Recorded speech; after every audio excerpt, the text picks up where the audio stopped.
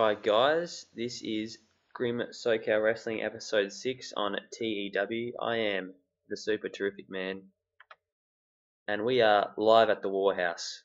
This is our monthly show from now on, live at the WarHouse.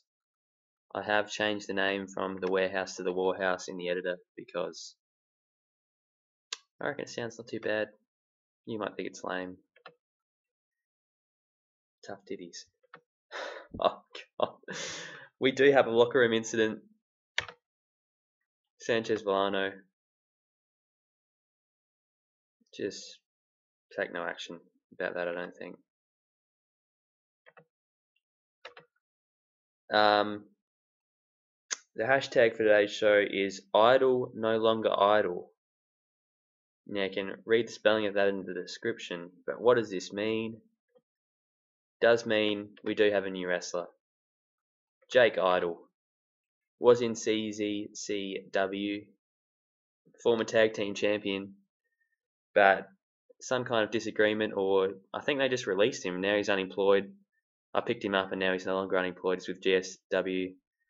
He's not your average GSW wrestler. I might just change that gimmick to something. Just the blue chipper. Now, what I want to try and kind of make him is the guy that the GSW fans don't like, kind of like early Tommy Dreamer in ECW, where he is just this young sort of straight sort of guy, no kind of like the opposite of a New Jack type thing. Whereas it's not what they're used to, but he's kind of the pretty boy coming into GSW, so he's going to be straight in there, and he's in the main event. He's 26 popularity because 25, my bad, but he's going to be pretty high up there pretty quick, I think, and I've put him in a storyline straight away. Again, I've put 2 new storylines, but I'll show you them at the end of the show so you can see him materializing through the show. I mean, I like doing that, so give it a whirl. May as well book Jakey Idle in his first match, just a one-on-one match.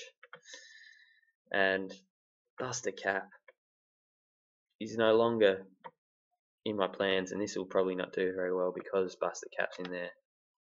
But Jakey Idle's going to get the win.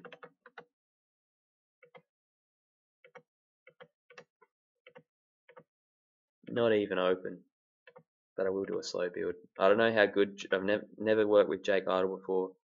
That's what I'm liking about this series, because I've honestly never had any of these guys in any promotions ever. I don't think. Maybe Spillane and Malloy, but that's about it. And I just sort of introduce himself. Just have a promo to introduce himself.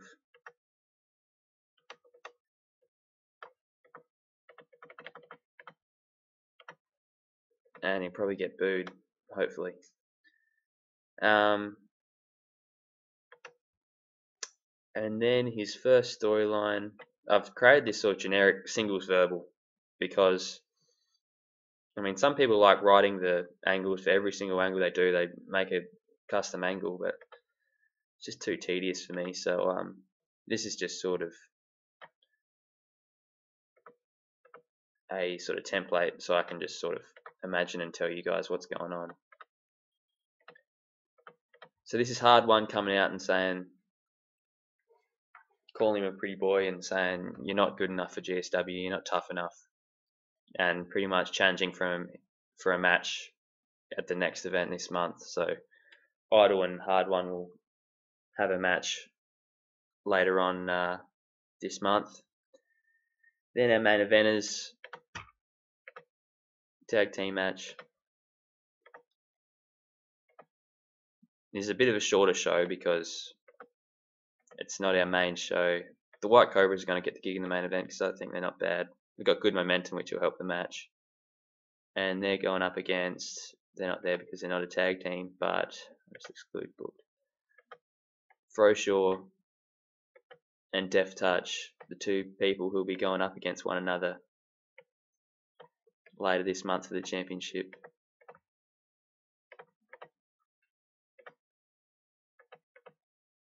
And Froshaw can get the win because he's got less momentum. I'll give it open because I wouldn't mind pushing the White Cobras. Just maybe a tag team title run down the line wouldn't go astray, but they're going to lose tonight. But keep it open for them, so they look strong still, and they'll do the classic singles verbal again. But they're sort of less argumentative than Hard One and Jake Idle were. They'd just be hyping the title match, may the best man win kind of deal. And also, for those of you who watched episode 2, it's a bit of a love triangle going on in real life. And this is a case of life imitating art or art imitating life. One of the two. Because I'm just going to do a little movie parody. There's a bit of a love triangle going on. Froshaw is currently dating Candy, who I've made as Froshaw's manager. But also in that same week, Def Touch became good friends with Candy. So sort of, I mean, it's just friendly at this point, but it may escalate to something not so in the future. Who else have we got? Oh yeah, the tag team champions are the Dead Men Walking, but they won't be on this show because we'll just have the Long Beach crew just have a bit of a warm up for their match later in the month. Oh, what are they? No, I'll just put that 12 just to be sure. And again, Kelly Slick is getting the job done every week. And I won't put open for that one, I don't think. Sorry, CKDK. And they can just, not open us because that will not do well. But this show, I'm not looking to worry about I'll worry about the rating, but not so much because I think how it works is that we only need one of our shows to beat IPW to beat them in the regional battle. So this show, not so worried. Hopefully the other show will be the one to get us over the line in the regional battle. Who else? Oh yeah, I have announced, but not announced. Well, I have announced through my commentators on air in my imagination that there will be a fatal 4-way ladder match for the West Coast Championship between Latino Fear, Mexicane, Easy, and Sanchez Villano at the event later this month. So these 4 will be in a ladder match where it's every man for himself, but they've just been a tag match. And I'll just have the winner being Latino Fear. Script open, decisive, and the loser is Easy. But I'll just have, I don't want him to be turned, and you can't turn, there's no faces and heels in this, but Sanchez Villano's still upset. He thinks Easy's still aligned with the other guys because they interfered in the match the other week. So I don't want it to be an actual attack, but I just want Sanchez Villano to kind of walk out on him and leave him by himself because he's still a bit upset. So that kind of, those two guys are sort of not happy with each other, which will make it good in the ladder match. But that's that. That won't be a good match probably. And I think, yeah, I'll just put, I'm not going to use all my guys because I'm going to hemorrhage money with having 2 shows a month. So I can only do this for a certain amount of time until money becomes an issue or I have enough popularity to continue. Sky King's getting like 1,200 an appearance, so I'm not going to put him on this show. But I'll just get Xavier and Lewin is my avatar, so he doesn't cost me any money.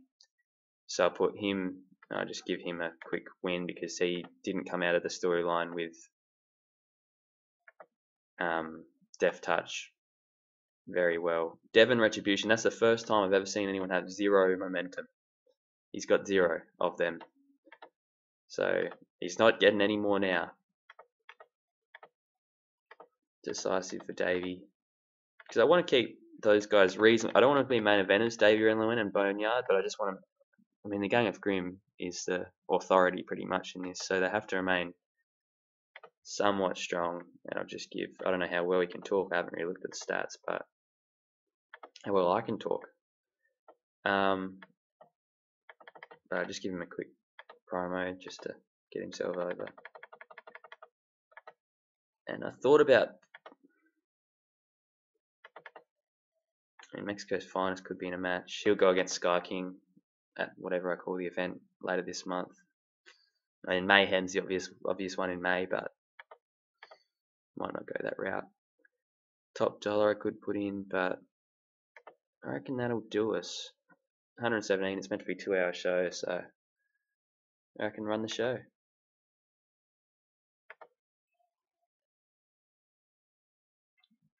Holy hell. A 32. I mean, Cali Slick is the way to go, I think. Only 145. Keep saying I'll get 170, I only get 150, 160, 145. Thought that'd do better. It's not bad. Sanchez Villano turned on easy. I mean, lots of negatives there. Well, that might do a bit better, but that's okay. That's not bad. Jake Idle, 74. That's good for his blue chipper gimmick. So he's one I can rely on to do good promos. And wrestle not bad. They didn't seem quick and he still got a 32. And Buster Cap isn't good. So Jake Idle's going to get a decent push, I think. Good microphone work. There's the new storyline, one of them. Big argument. They agree to a match at the next event. Movie parody. It's good.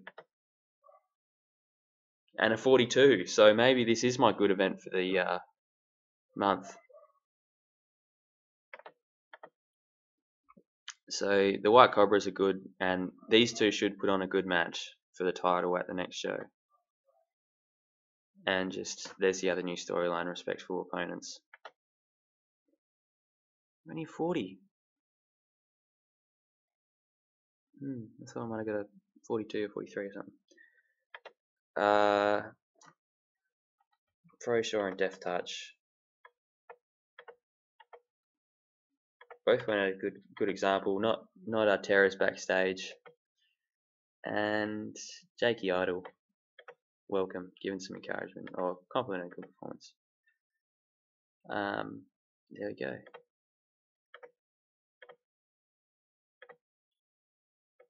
And I'll just show these new storylines quickly. Don't know how long this show's been going for, so might take a bit. But that's the way the cookie crumbles in Total Extreme Wrestling when you are having the whole world active. You get these not respondings for a little bit every now and then. Houston Hanley. Oh my goodness, what's going on? Might have to cut that out, but I don't know if I can be bothered. Anyway, storylines. Tough Enough of GSW. Hard One's Respect is going to have to be Hard Won by Jake Idle. I had a laugh in my head about that one. And Respectful Opponents. Now this one's a bit more heckers. Respectful Opponents, but that might change when title on the line and a girl in the middle. Froshore currently dating, but Deft Touch is a friendship. Also waiting in the wings is Brother Grimm, who is still has not forgotten about the disrespect shown to him by Froshore and Deft Touch especially. So I'm thinking if there's any sort of worker that comes up that I want to hire, Brother Grimm can sort of introduce him and chuck him in the storyline and be his sort of representative in the title matches. So there you go. That's where I end the show for this week.